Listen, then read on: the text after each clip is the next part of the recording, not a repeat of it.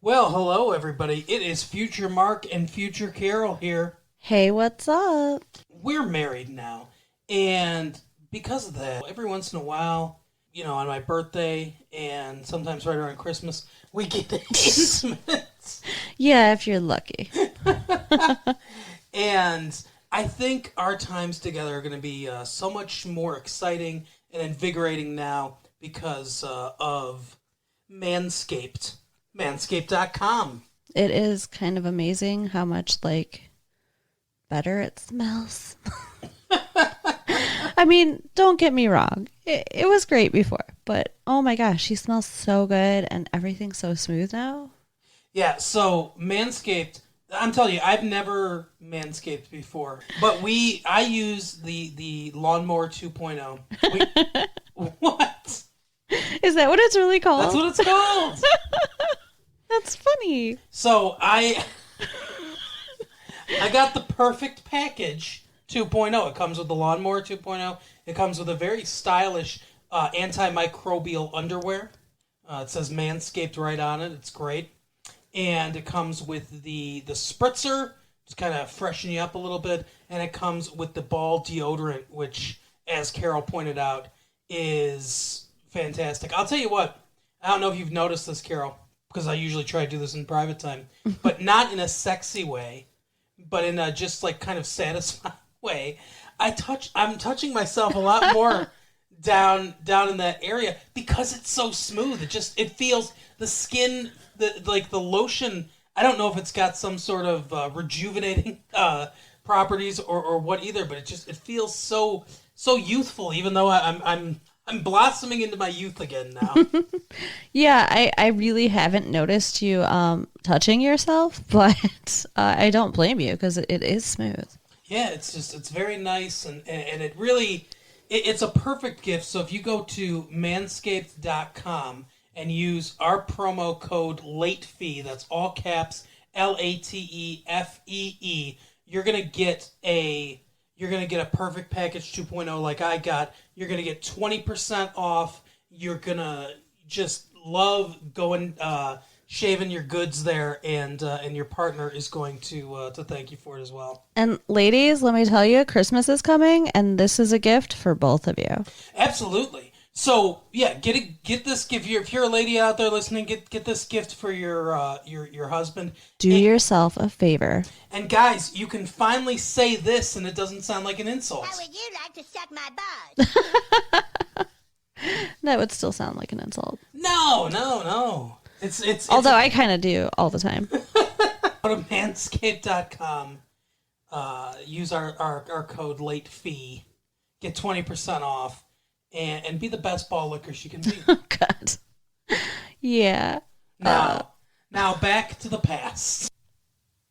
Welcome to Massive Late Fee, and now your hosts, Mark and Carol.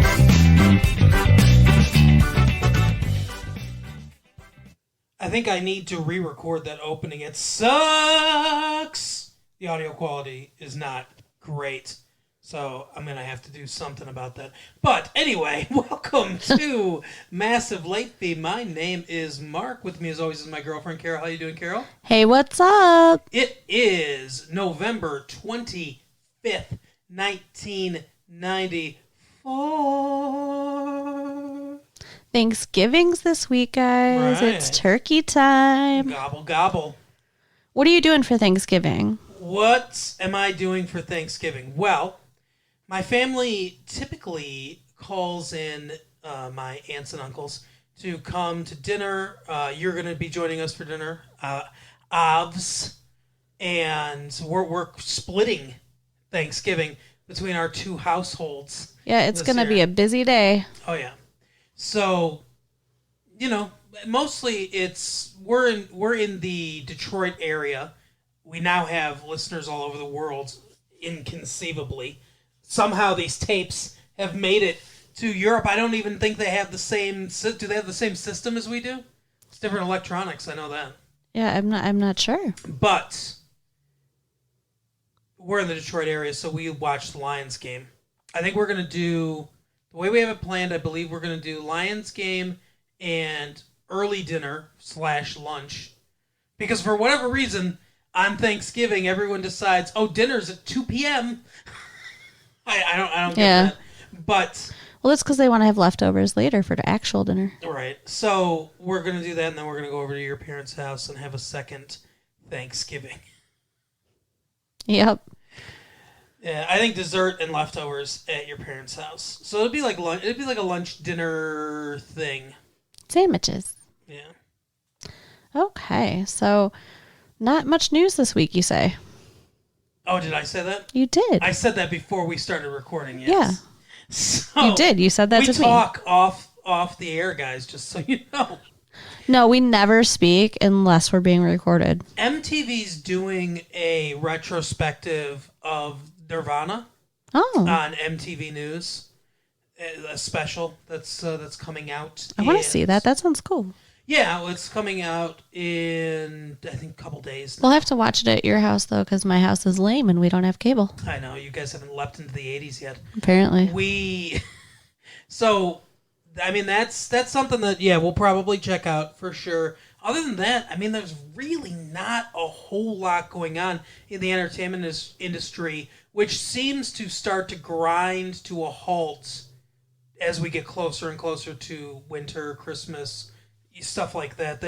Fewer movies come out that mean anything, and I mean, it's very rare for once we get past October for any kind of movie that's worth anything to come out. I think I don't think that's true because there's usually good movies in the theater around Christmas.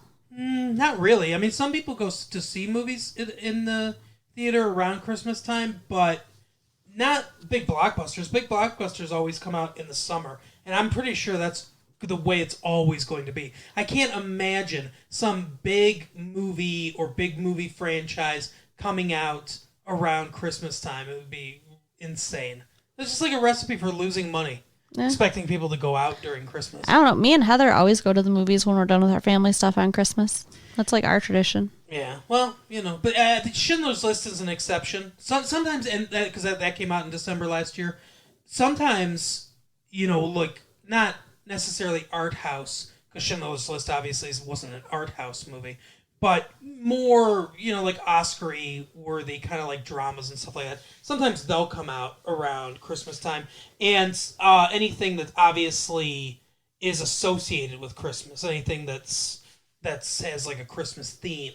Right. Sometimes, like a lot of times, they'll come out around Christmas time. But other than that, there's not much. So news is going to be pretty slow with all things. O.J. Simpson news is super slow. We're still grinding towards the actual trial, which seems like it's going to be absolutely fascinating. I can't wait. But other than that, I mean, there's just not a ton going on. Yeah, you know what else isn't going on this week? What's going on? My so-called life. Oh, I know. I'm sucks. so upset. Like, What a link. I mean, here's the thing. They're taking a break for the holiday, but they film ahead of time. They don't need to take a break for the holiday. I still want to watch it. I don't care if it conflicts with frickin' Thanksgiving. We you know what we could have watched? What? We could have watched. This is Jennifer Aniston. Now, Friends. Yeah, we should have, but instead I let you pick, and you picked Wings. Yeah, it's a good show, Wings. I don't not like it, but I'd never seen it, and The Chapel Boys? it's not as good as My So-Called Life and Friends. Nantucket? That's where they're at, Nantucket Island.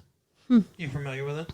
No. So for those of you that are not familiar, Wings is about two brothers, Brian and Joel, and Joe. I said Joel, I think. Brian and Joe. Joel Fleshman? Yeah, Brian and Joel Fleischman. They fly medical supplies to Alaska to pay off their student loans. So Brian and Joe, they're pilots in Nantucket. They've got a little airline, basically. And the show takes place basically almost 100% in the airport. And it stars a wacky cast of characters like Roy Biggins, who he owns the rival airline, and what's her name? I don't know. Shoot! It's not Florence. It's Oh my gosh, I can't think of her name now. We just watched it. I don't know names, so I'm no help. I'm sorry. Anyway, she's their like receptionist or whatever. She's ticket window person. And Was she the one that's getting married to one of them? No. Oh. No, that's Helen. That's Helen Chappell. Okay. She runs the Greasy Spoon or whatever in the airport. And then there's Lowell, who is the mechanic. Lol. Lowell. That's the name, Lol. Lowell. Like, let me lull you into a false sense of security. Lowell. Lowell. Oh, okay. I got it. Lowell. And he's the mechanic for the entire airport. And then there is Helen's sister, Casey, and then there's Antonio, played by an actor named Tony Shalhoub. And he's an Italian immigrant. I can't remember. I think he's a cab driver. I think that's what he does. He drives, so he's there frequently to kind of just sit at the counter and talk to them and everything. And, he shuttles people cab-wise to the island. But anyway, that's the cast of characters on the show. This episode, it was about Helen's mom. Yep. Helen and Casey's mom. Played by the incomparable Debbie Reynolds, real life mom to Carrie Fisher, what is coming into town because Helen and Joe are getting married. Yes. I mean, that's why they think she's coming to town, yeah. I forget, I mix up their names sometimes, Brian and Joe's. Yes, her and Joe are getting married. Sure. And Brian, Lowell is teasing Brian because he says, oh, she makes so much food, and I ate this many flapjacks last time she was here. And he's like, oh, that's not much. For some reason, they get in this weird contest about who could eat more. Yeah. And Helen has a complicated relationship with her mom. Helen has a complicated relationship with everybody, it seems. I mean, she's just a little odd. Yeah. So she always thought that she liked Casey better and everything. It's that sibling rivalry type stuff. So she comes in and, Casey's like, oh, she's probably coming for your wedding, help you plan the wedding. And, when I got married, Casey's a recent addition to the show. Her husband, Stuart, broke up with her, and she recently moved to the island. I think she's been brought in basically as a love interest for Brian since Joe and Helen are together. But anyway, which is kind of weird. Two brothers marrying two sisters seems weird. That is to weird. me. Is there something going on there already? I mean, she's still mourning the loss of her husband. Well, it's a divorce. Same thing. It's still a loss. But no, there's nothing going on there yet. But I suspect that's why she's been brought in, because Joe, Brian doesn't have anybody right now, so there's no love interest for him. So I'm thinking that's what's happening. And his wife left him too, or something. That was like his storyline at the beginning of the series. So it would make sense. They have some shared history there or whatever. Anyway, so she comes in and Casey says, hey, they gave us $10,000 for our wedding, and now Joe is planning a ton of stuff. Right. Yeah, he starts going a little nuts. He wants a horse-drawn carriage and doves, and he wants Macho Man Randy Savage to officiate the wedding. I don't remember all this stuff. That's not in his character at all. He's a fancy boy. And then there's a B story about Roy and I almost had her name too. Ethel, Florence, An old lady that works there. Going to see Barbara Streisand. They're both huge fans, apparently. Seems weird. Well, I mean, I can see her being a big fan. You don't bring me flowers and all that jazz. But Roy being a big fan of Barbara Streisand seems like a reach. Aren't you? I mean, like, I know you're not a big fan, but you like her music, don't you? I mean, everybody does. It's good. It's good music. No. No? Not really, no. You love Frank Sinatra and Dean Martin, but Right. Barbara Streisand, no. She has a fine voice, but she's never sang anything that I'm like, oh, that's really good. I like that a lot. She has a quality to her voice, and she sings types of songs that I'm not super into. Okay. She's basically, so Barbara Streisand, in my mind, is like Bette Midler without the like fun numbers, without the jazzy fun stuff. Because Barbara Streisand, Bette Midler will sing Streisand-like songs, the very like kind of melodramatic, I'm gonna showcase my vocal range songs. But Bette Midler also has some really good songs too in her oeuvre. Yeah. And I don't think Barbara Streisand has that. Most of the stuff she sings is show tuney kind of stuff, and I don't know, it's written differently. The way those songs are written is different than the way like a popular song would be written, and I'm just not a big fan. Yeah. Okay. I mean, I'm not either, but it seemed like more up your alley with the old stuff that you like. I like Bette Midler though. I like Bette Midler too. But yeah, so Debbie Reynolds, speaking of old time singers, Right. comes in and says that I don't want to get letters. I know she wasn't. I know she was primarily an actress, but she was in musicals. She sang. Okay. Why would you say something like that? We want letters, even if it's hate letters. Send us letters. Oh God. Yeah. I want letters. So she comes in and she's making a bunch of food. She's ignoring the Helen's pleas though. Helen's like, hey, why don't we talk about the wedding? And she's like, oh, we'll have time for that. I was expecting her to say like, oh, your dad died, or we got divorced, or something. And then, we speculated while we were watching the show, they went broke. Like, Dad made some bad investments or something, and they went broke. They don't have any money to give to her. But yeah, she's definitely avoiding it. That's not the case, though. Yeah. The case is that she came from the South. Crystal Bernard, I don't know if Crystal Bernard, who plays Helen, is from the South, but she plays Helen Chapel with a Southern accent. Even though they all grew up together still, it's weird. And her mom's Debbie Reynolds. It definitely doesn't have a Southern accent. But she came from, I think, Georgia. That's where she flew from. From Georgia to Nantucket Island, which is off the coast. It's off the East Coast. It's off the coast of, like, Massachusetts. Right. She had a layover in Las Vegas.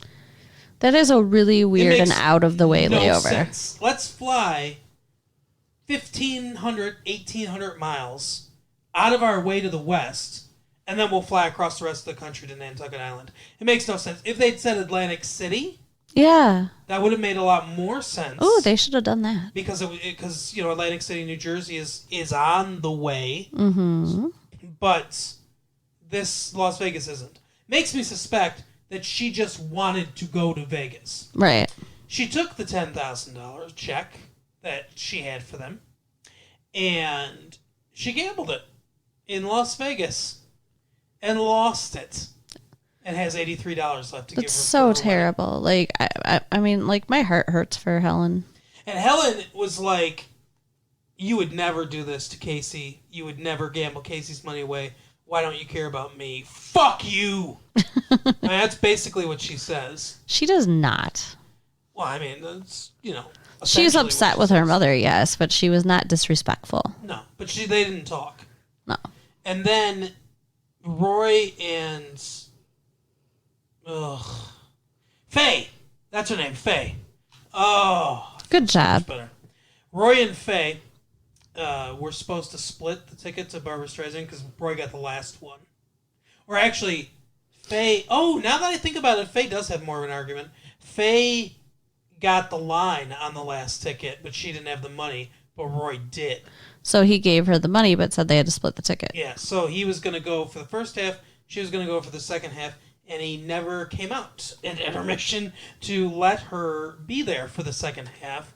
Therefore, she missed the entire concert, and she beats the shit out of him, basically. Well, not only did she miss the entire concert, she tried to sneak in. Oh, yeah, that's right. And then she got arrested.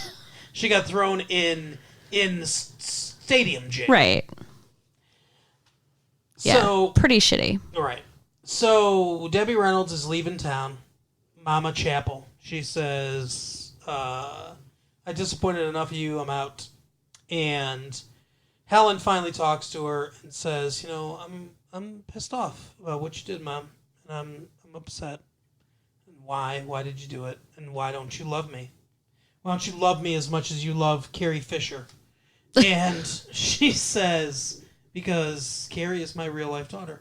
No, she says that Casey always needed her more. It's very cliched. It's basically like, oh, I loved you both the same, but we had different relationships. Yeah. Because Casey needed more emotional support than you did. What's weird to me about that is, like you said, because I'm not familiar with the characters. When we were watching it, I said that Helen seemed a little like needy or whatever, and you said that's just her character. Yeah. So it doesn't really make sense that her mom's saying, oh, you were the independent one, because Casey seems independent and Helen does not.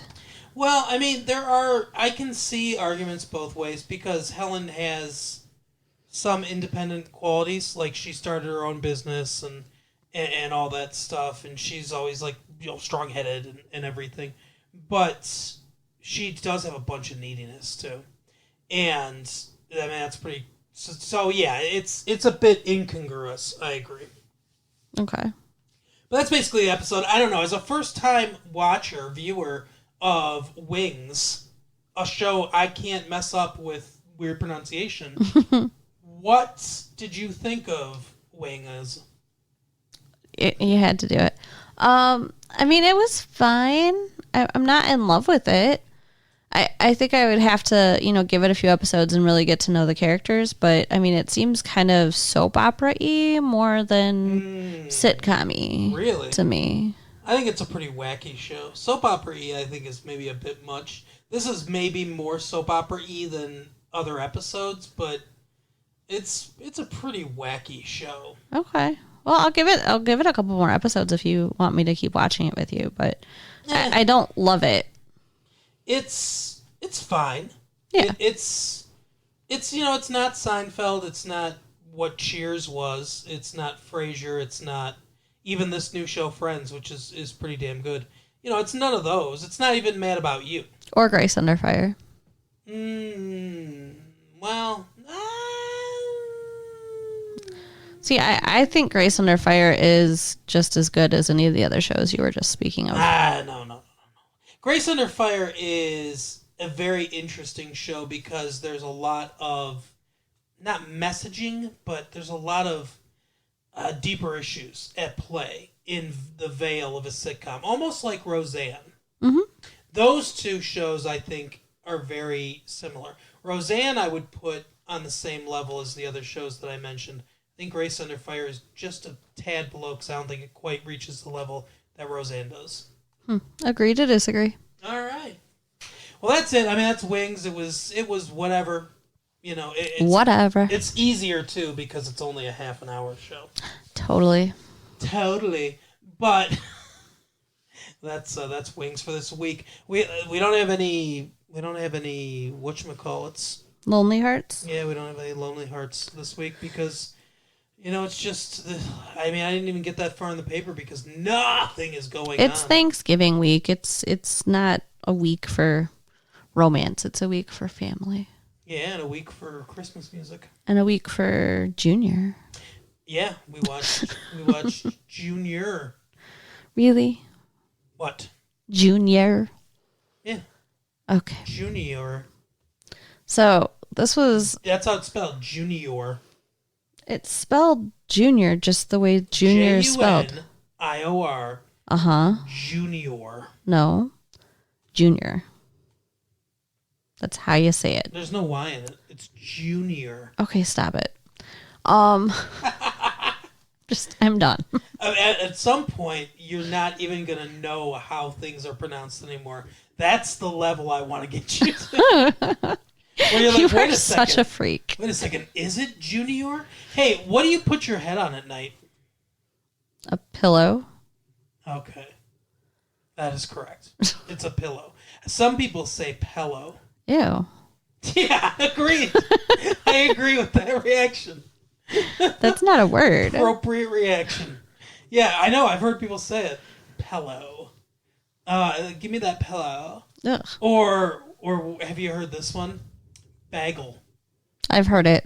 Yeah. I don't like it. It's a bagel. I like that bagel. There's no Y. It's a bagel. There's no Y in bagel. Okay, so Speaking of bagels, Arnold Schwarzenegger. yeah, Arnold Schwarzenegger and Danny DeVito together again. I'm pregnant. I love it. I can't do a Danny DeVito voice. What I can't either. I can't even think of like what his voice is. It's not very distinctive.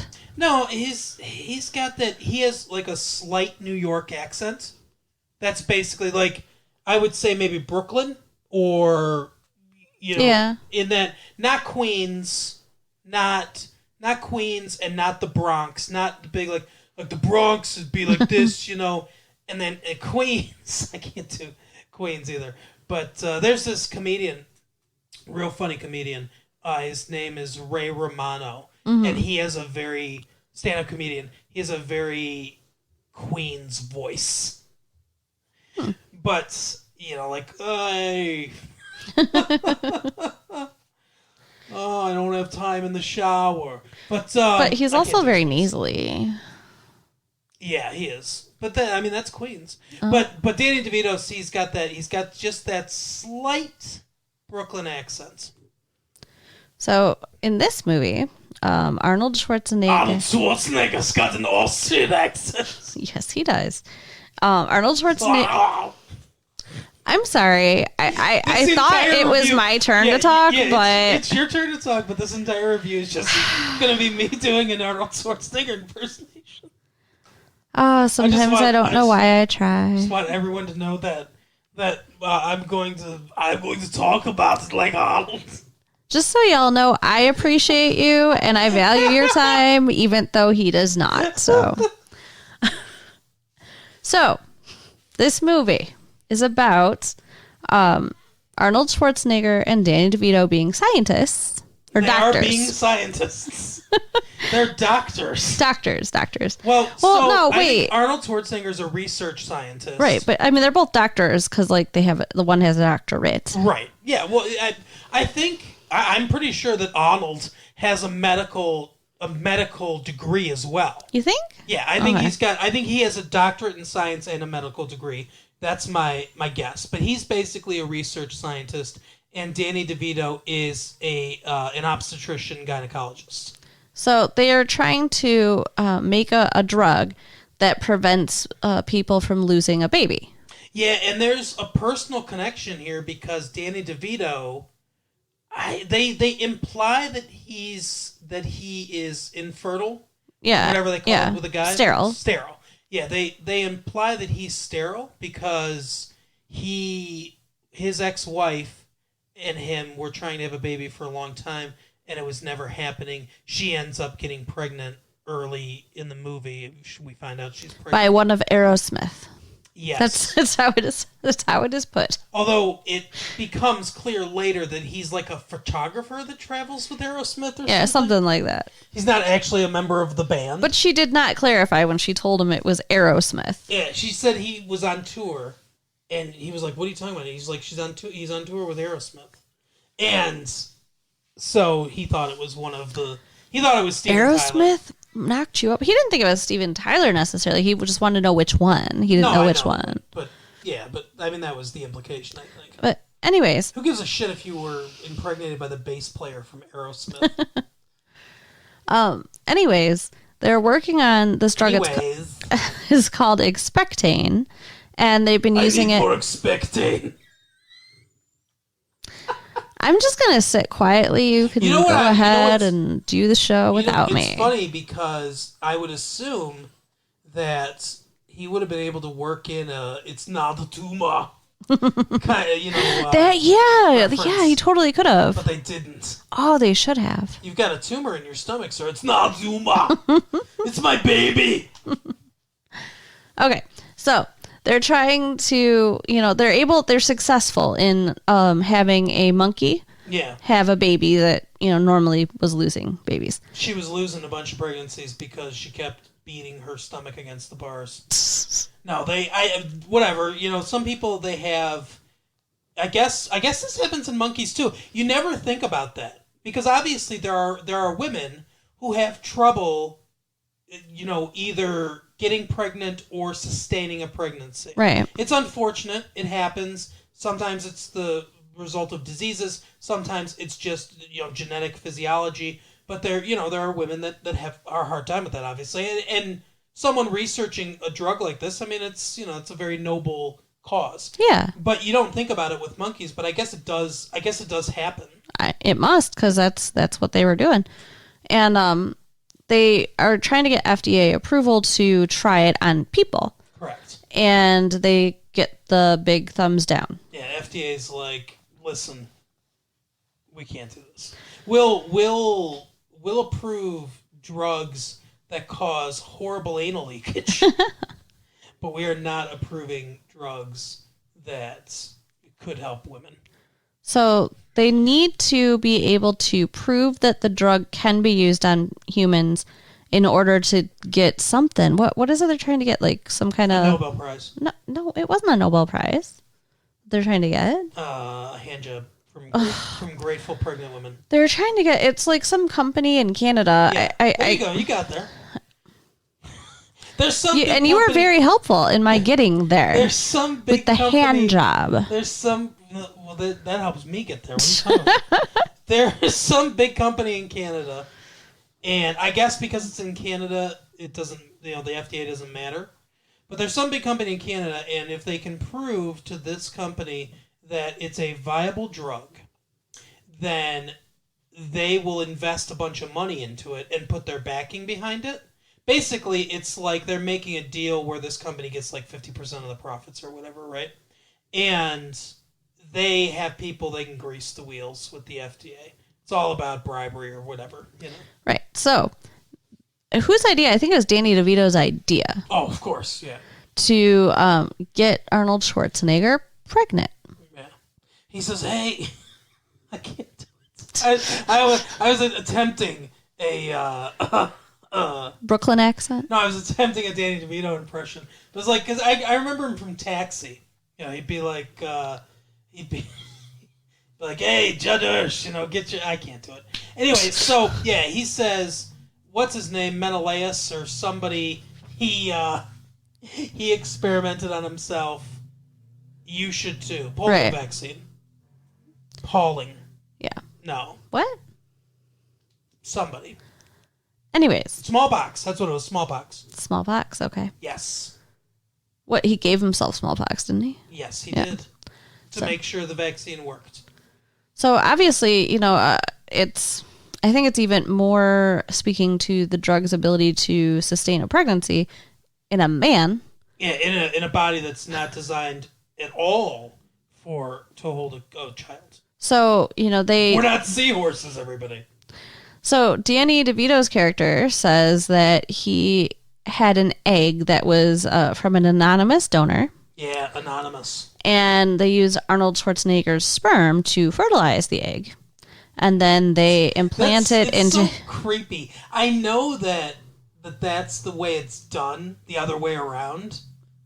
But it's so creepy to think about your sperm being inside you, impregnating an egg, even though your sperm's already inside you. Yeah. To start. I don't know. There's just something weird about it. I get it's probably just the whole concept of pregnancy in a male body. See, I think it's just like deep-seated homophobia because you're thinking about having sperm inside your body in a sexual way. Because it's creating a baby. Deep-seated homophobia, huh? I know you're not homophobic, really. I'm just saying. I think that it's like that masculinity thing that guys have where you're like, sperm inside me. Well, it's a gross thought. I guess. Maybe. Aren't you glad I don't think it's gross? Yeah, but you're a woman. It's different. If you thought it was gross, then you'd probably be a lesbian. I would assume lesbians feel the same way. That doesn't necessarily mean that like lesbians hate men. They just don't. It's a gross thought to them. Well, I mean, no matter what, if they want to have a baby, they're going to have sperm inside of them. That's true. Yeah. It's just a necessity for baby making. Yeah. Egg and sperm. Yeah. Anyways, they take the fertilized egg and it's time we had a talk with you listeners about how your bodies are changing. Oh yes, please enlighten us all. And you know what? No, that's the road you were going down. Not good. Yeah. Really, because this is like the third time I've tried to say this. They implant. I won't. Oh my God! Interrupt you anymore. They implant the fertilized egg into his abdominal cavity. Yes, his peritoneal cavity. Peritoneal cavity. Now, what doesn't make sense, and we talked about this when we were watching it, or like right afterwards. It really does not make sense to me. What sustained this baby? It wasn't in a uterus. Correct. It's just free floating. Like he doesn't have a uterus yet. I mean, you need the sac with the amniotic fluid and the umbilical cord, and you would think, what is this baby making it around itself? Like, so the placenta is something the baby makes, I believe. That once the egg is fertilized, everything starts to. I don't know a ton about the actual. I'm not an obstetrician, right? But I think that those cells make the placenta. Sure. Which kind of forms around the child. But like as you pointed out, there's no amniotic fluid. There's no uterine lining or sac for it to lay and grow. Where does the umbilical cord attach?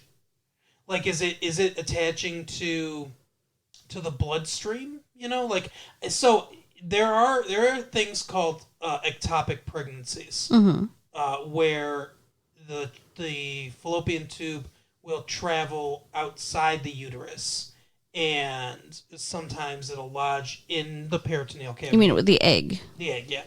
Will travel outside of the fallopian tube and into another part of the body besides the uterus. Right. Sometimes, though, the egg just doesn't make it out of the fallopian tube and gets fertilized inside of the fallopian tube. That's also an ectopic pregnancy. Correct. Yeah. And anytime the egg implants outside of the uterus, that's ectopic. Right. And they typically, as far as I know, they abort those pregnancies. Well, yeah, they're not sustainable. Right, because, I mean, like, and sometimes, depending on how far along they are, even that process is very dangerous. Actually carrying a child to term like that is basically a fantasy. Right. Now, you know, and then here's the thing. Every movie requires a certain suspension of disbelief. True. But it's difficult when the main premise of the movie, you have to suspend disbelief to get there. Yeah. That's a very difficult position to be in. Yeah, I mean, I suppose that it's possible because they're using expectane, which we don't really know about, and that's the fantasy part. Like expectane just makes a uterus. Well, no, but I mean, maybe it does something that helps to sustain the pregnancy. I guess. I don't know. But I mean, like they're saying, like miscarriages are basically, you know, the body like rejecting the fetus, and this keeps the body from rejecting the fetus. He's also taking hormones at the same time, estrogen, which he'd have to. I would assume so. Yeah, I don't know what role. I know that the amount of when a woman gets pregnant, one of the ways they can tell is by hormone level, because hormone levels go way up, estrogen levels go way up. Right. I don't know exactly what role those hormones play in the growth and development of a child, but I know that they do something because they go way up. Yeah. So the plan is only to carry it, I think, through the first trimester. Yeah, then they'll abort it. Then they'll get rid of it like the garbage it is. What? Why would you say that? Well, that's how there is a very, very, very thinly veiled message against abortion in this movie. I don't know if you. Yeah. I don't know if you caught it. No, I definitely got that. It's but my baby. my body, my choice. I'll not give up my baby. No. Well, see, the my body, my choice. That's more about choice. That's true. This is him basically saying, abortion's murder. Can't do it. Well, Oui. but I mean, he felt a connection to the baby and didn't want to get rid of it. Yeah, I agree. I'm just saying it's there. And I mean that can happen. Any woman could find themselves in that situation, and some women find themselves not feeling that connection. And I mean, either way, that's okay. Any man could find themselves in that situation. With expecting, sure. Actually, no, because even then, it's a whole process. Yeah. You got to inject the person with the A. I mean, But okay, so they actually Arnold Schwarzenegger's character loses his job at the university. Correct. Well, they all do. They get kicked out because what's her name, Emma Thompson, comes in. Well, I don't think it's because she comes in. It's because they didn't get the FDA approval. Yeah. But then they bring her in because they're kicking them out. The bad guy from every movie this decade is their dean. And he's like, I'm sorry, boys. You got to get out. Yeah. And, you can tell right away there's chemistry between her and Arnold Schwarzenegger's character. And she is a freak. There is in real life. Emma Thompson, right? Yeah. In real life, there is no chemistry between the two of them. But that's what they'll have you believe. You didn't feel like it was real? No. I thought they did a good job. Okay. Well, okay. Well, when we're all done talking, I want to know why. All right. But I mean, when they very first meet, she's lands on top of him because her cooler of eggs has The dairy case. yeah. Eggs are not dairy, by the way. No, but they're usually in the dairy section of a supermarket, Yeah, weirdly, yes. which is why she calls it the dairy section. And she's riding on top of it, trying to stop it as it's sliding down a ramp and runs into him and knocks her on top of him. Because that will help. Being on top of it will help slow it down somehow. Well, if she were heavier, it might. I think she's won an Oscar. Okay. What does that have to do with what? I'm just saying, it's so weird. She to be this wacky and weird in a movie. She's been in really serious, fucking Merchant Ivory, English dramas and shit. So she's Worked not with Liam pigeonholed. Neeson before, I think. Yes, she's a good actress. I mean, there's nothing wrong with having, what's the word? A range. Okay. I mean, Arnold Schwarzenegger does all those action movies, but he's got doing action. a comedy instead. I mean, he's pretty much the same in every movie, though. We need Liam Neeson and Arnold Schwarzenegger and Emma Thompson all together in a movie. What happened to Danny DeVito? Why are you replacing him with Liam Neeson? Danny DeVito can be in it too. But he wasn't on your mind. That's just mean. Oh, we're sorry, Mr. DeVito. This village just ravaged by starvation. Okay. You know what the best word? So, here's a game. Okay. One word impressions. You have to sell an impression with one word. Okay? But, so it's got to be something that anybody can guess based on one word. With Liam Neeson, the word would be bananas. Because Liam Neeson would say, bananas.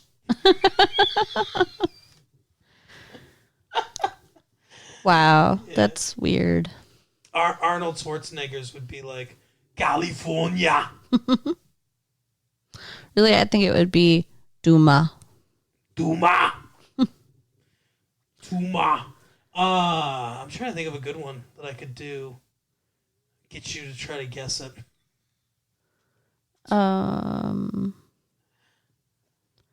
Elvis Presley's could be thrust. Or it could just be very much. It's not one word. It's one word for him. For him, I guess. Or it was. Yeah. Rest in peace, 1977, Elvis Presley. Anyway, this movie keep going. Really? Because I was just going to let you take it. I forgot where we left off. They just met each other. Emma Thompson and yeah. Arnold Schwarzenegger. Okay, so Emma Thompson and Arnold Schwarzenegger, they meet each other. There's some sparks flying there. She lands right on top of him. Arnold Schwarzenegger, at the beginning, they do this with his character, and then they do nothing with this. They make him real standoffish and kind of like a dick, and then just all of a sudden he's not that anymore. He's charming Arnold Schwarzenegger because he's like, get off me! It's not all of a sudden. It's probably because of, the hormones and stuff from being pregnant are changing his personality. But they don't sell that very well. I guess. So, he's leaving, he's going back to Austria. And Danny DeVito's like, don't go, I need you. I love you. No, he says, I sunk all this money into this drug, and we need to do this testing. You need to implant this into your body. It can't be me. I don't know why. And so he's like, okay, we'll do this. He finally agrees to it. And they do. And Danny DeVito steals an egg from Emma Thompson's dairy section, which is called Junior. Ironically, coincidentally, Arnold Schwarzenegger also names the baby Junior because he doesn't know if it's a male or a female, and Junior will work both ways, apparently. I don't think it does, though. I've never seen a female called Junior. Yeah, I mean, my mom was named after my grandmother. But they didn't call her Junior. No. Right. But, so that's basically what happens.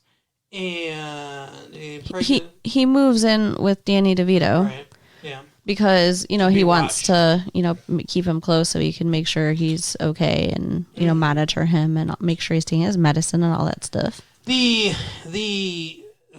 conflict from the movie basically comes from the fact that they can't tell anyone, one, and that Emma Thompson, suspects something's going on, but they're, like, keeping it from her.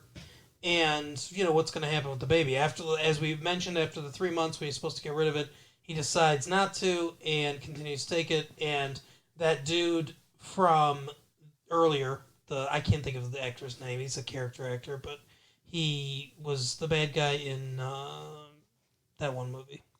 Dave. That one movie at that one place that one time? Dave. Okay. The what's his name movie. But anyway, so Phoebe Cates' husband. Anyway, so he's like, hey, expecting keeps being made.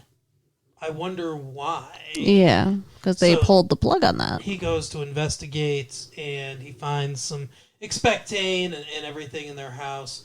The ex-wife is there. She, in the most selfish act ever, insists that Danny DeVito deliver the baby and do all of her prenatal care and shit because she only trusts him to do it, even though they have a pre-existing relationship and it's completely unethical. It makes me so angry on his behalf. I mean, he wanted to have a baby with her for years. Yeah. She finally gets pregnant from someone else and she's like rubbing in his face all the time. She should stay away from him. Agreed.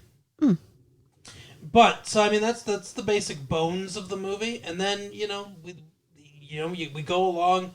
Schwarzenegger's pregnant, wacky hijinks. Then he has the baby, and well, wait, before he has the baby, yeah, okay, go ahead. Him and Emma Thompson end up together.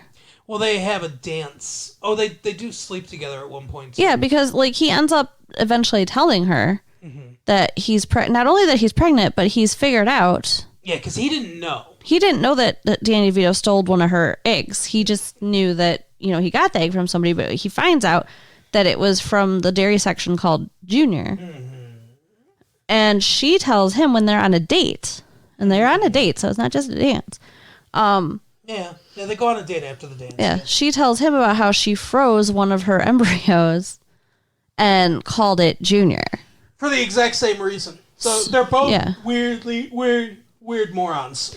And it almost seems like the movie's implying that she is more attracted to him because he's pregnant with her child. Which I don't get that either. Because maternal instinct and all that stuff that really only comes from carrying the baby, like being, the baby being a part of you.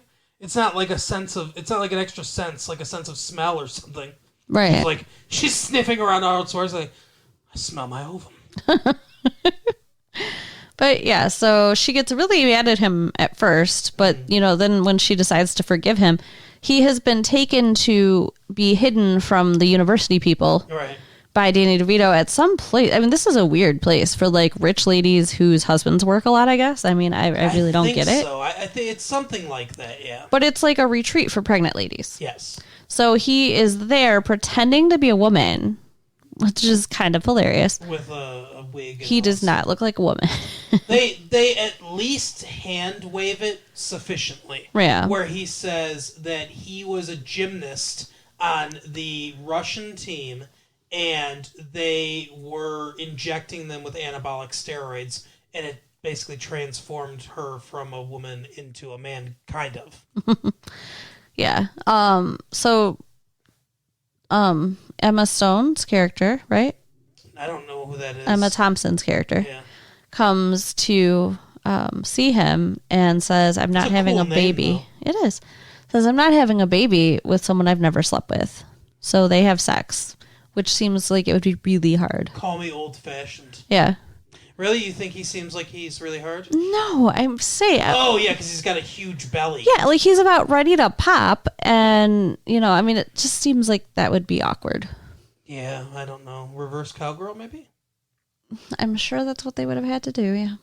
So, anyway, Emma Oh, Thompson's not really attractive. now I'm picturing it, and he's still wearing the wig. Oh. God. That gap in his teeth. Oh.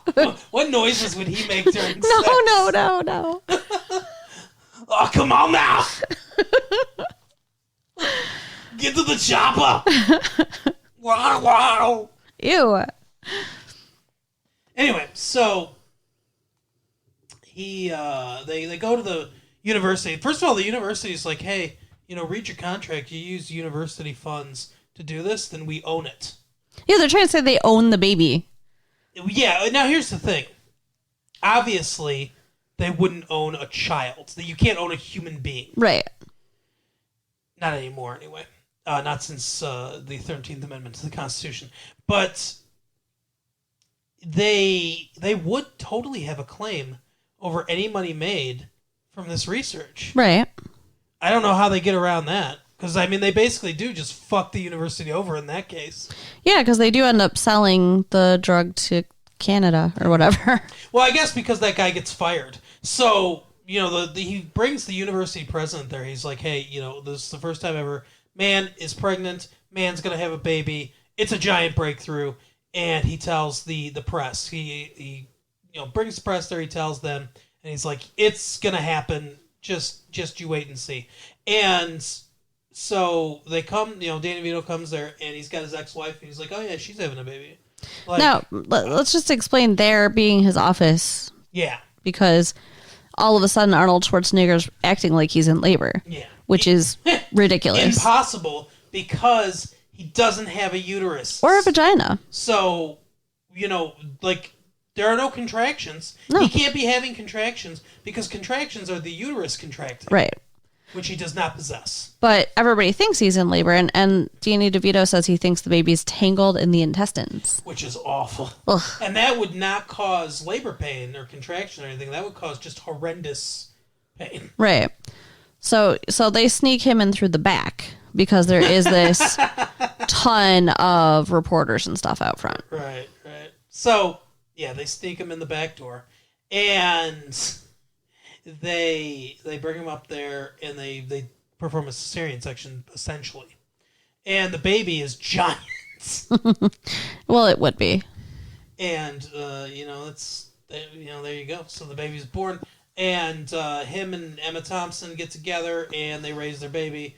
Danny DeVito's wife at the same time, or ex-wife, at the same time, coincidentally goes into labor as well. Yeah, cliche city there. And he delivers her child, which, he's like, he starts to say, like, I'm your dad. And then he kind of stops.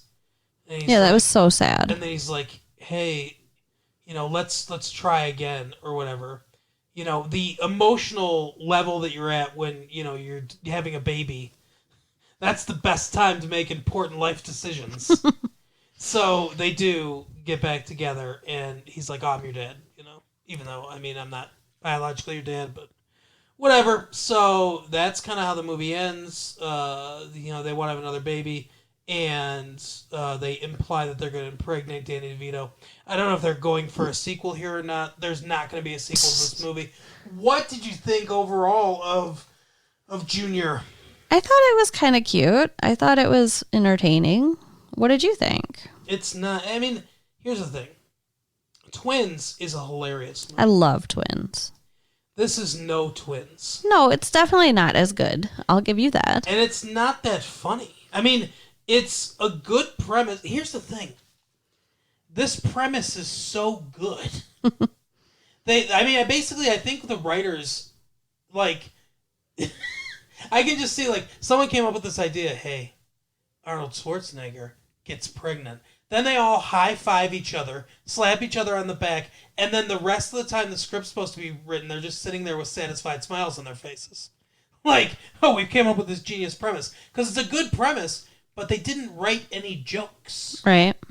No, nothing, like, there are a couple somewhat humorous situations, but there's no jokes in this comedy. And that's the biggest problem with it. Arnold Schwarzenegger is a very charismatic actor. Emma Thompson is a good actress. Danny DeVito is good. The villain is fine. Most of the acting is good, and the setup is good, but the execution is not. There's no, like I said, they basically got to this point of premise, and then they gave up on everything else. Well, I think they attempted some jokes. I just don't think they really flew. Like, at one point, he's sitting there eating with Danny DeVito's pregnant ex-wife. Uh-huh. And, they've filled the table with all kinds of different food. And Right. she's like, did anyone ever tell you eat like a pregnant woman? Like, that was supposed to be a joke. I guess. But it wasn't super funny. Well, the thing is, it's the laziest kind of joke. Yeah. Oh, they're eating a lot because pregnancy. We've heard all that before. They could have had there were so many things. Even the "it's not a tumor" thing would have been like an eye-rolling joke, but that's more clever than any lines they put in this movie. I'll give it to you. I know I enjoyed this movie more than you, for sure. But I got to give it to you. It wasn't as funny as it could have been. I didn't. Like I said, genius premise. They didn't do anything with it. This could have been hilarious. Oh, also, why didn't you feel like they had good chemistry? You were going to tell me. Who, Arnold Schwarzenegger and Emma Thompson? Yeah. Because they just don't. That's something you feel on the screen, and I just didn't feel it. I was like, oh yeah, okay. I see the script says they're in love, or they're falling in love or whatever, or she has some kind of lust for him, but I don't see it. I just don't. I totally did. I just it did not seem real. Okay. Well, if any of you out there see it, why don't you drop us a line and let us know what you think? Oh yeah, if you want to watch Junior. It's worth watching. I wouldn't recommend it. I would. Wait till it comes to Blockbuster and then, pay a couple bucks for it. But I wouldn't go out to the theater. I wouldn't waste your time to go out to the theater to see it. It is probably better rented, but it's still worth seeing. Go see Pulp Fiction. Yeah, that's a good one. See that again. That's definitely a good one. That's a much better time spent in the movie theater than seeing this movie. It's just not worth it. Okay. So, we will end this episode as we end every episode with our Blockbuster pick of the week. Carol, what do you recommend from Blockbuster? Well, considering I did absolutely no research for it this week, I'm just going to tell you one of my favorite movies that you can go rent. Yeah, do it. Secret Admirer. What is that? That is a 80s romantic comedy, and I love it. Who's in it? I don't remember. What? You know I'm no good at names. Is that the... There's a blonde girl and a brunette, and they are fighting over a guy. Yeah, it's the one. I know exactly who you're talking about. It's the one with... Is it... Oh, Aunt Becky from Full House is one of the characters. She is? Isn't she like the brunette girl? Laurie Metcalf? I think so. Wait. You said Aunt Becky. Yeah. Are you talking about... Because Becky's the daughter. Are you talking about... Becky's not the daughter. Okay. On Full House? Oh, Full House! What the hell did you think I was saying? I thought you were talking about Roseanne. No, I said Full House. I thought you were talking about Roseanne. No, Aunt Becky. Full House. Full House. So that's Jesse's wife. Lori Loughlin, maybe? Maybe. You're expecting me to know names. I don't, but she was the brunette in that movie. Was she? I don't know. Yes. I thought for some reason I thought it was the other one. The one from Back to the Future, maybe? No. Okay, well anyway, it stars disposable 80s people. I know the one is like the blonde one, she's got short hair. He comes and picks her up, the brunette, in like a limousine and shit like that, right? I don't remember a limousine, but okay. And well, he goes on a date with her, right? Yeah, but I don't remember a limo. And the blonde one really likes him. She's got really short hair, right? No, she doesn't have really short hair. I don't even think you're thinking of the same movie that I'm thinking of. It's a totally different movie then. Jeez. What's it called? Today's special? It's called Secret Admirer. Admirer. The brunette is friends with him, and she writes him a secret admirer note and leaves it in his locker. And he thinks it belongs to the blonde girl that he likes, and it keeps getting like moved from person to person, where there's all these mistaken people thinking that people like them, and it's causing like weird random hookups and stuff. What's the one with Patrick Dempsey where he's a pizza delivery guy? I don't know. You know, extra anchovies? Nope. Means the girl wants to have sex. I don't remember. I mean, I vaguely remember this movie existing, but... I think it's something special. Special delivery. Yeah, I think you're right. It's called. So good 80s movies. We got Secret Admirer and Special Delivery. Go for it, people. Hey, well, we will see you next time. 80s weekend. Take and us home. Happy Thanksgiving. Okay, yeah, like I said, write us at latefee1994 at AOL.com. Send us a letter. And give us all kinds of likes and money, and tell your friends about us, and thank you for supporting us. Yes. Hearts, stars, whatever you want to do. Let us know you like us. On the locker. Yes. All right, sounds good. Bye. Bye.